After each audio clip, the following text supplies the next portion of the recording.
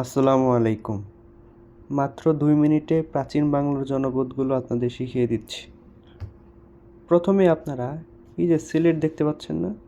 সিলেট থেকে সোজা একটা দাগ দিবেন।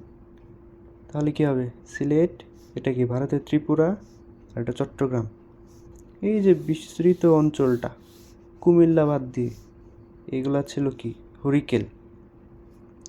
এবং চট্টগ্রাম বিভাগের যে বাকি অংশ কুমিল্লা এবং নোয়াখালী, এ দুইটা ছিল সমতট। এছাড়া বরিশালের যে অঞ্চলটা দেখতে পাচ্ছেন, দ্বীপ অঞ্চলটা, যেটা সমুদ্র ঘেঁষা দ্বীপ অঞ্চল, ভোলা, বরিশাল, পটুয়াখালী, এইগুলো ছিল চন্দ্রদ্বীপ। এবং তার বাম পাশে দেখুন বিশাল অঞ্চল, এই যে খুলনা বিভাগ, বৃহত্তর ফরিদপুর, ঢাকা বিভাগ থেকে ময়মনসিংহ হয়ে একদম গারো পাহাড় হয়ে ভারত পর্যন্ত বিশাল এই অঞ্চলটাকে বলা হতো বঙ্গ। তারপরে কি দেখুন, এই যে পুন্ড্র, এটা কিভাবে মনে রাখবেন? যে কোনো ফ্যামিলির সবথেকে পুরাতন বা সবথেকে বয়স্ক লোককে আমরা মাথায় দিই, মানে তাকে আমরা পরিবারের কর্তা ভাবি, যেহেতু যে সবথেকে পুরনো।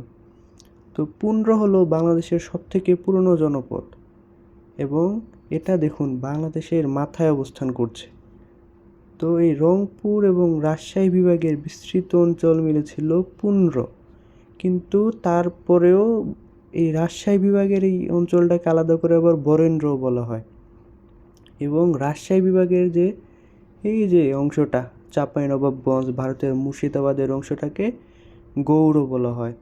এবং প্রাচীন বাংলায় সবথেকে পুরাতন ছিল পুন্ড্র, সবথেকে বৃহত্তম ছিল দেখা যাচ্ছে বঙ্গ, এবং একমাত্র বাংলাদেশের সীমানার বাইরে ছিল রাঢ়, যার রাজধানীর নাম ছিল কুটিবর্ষ।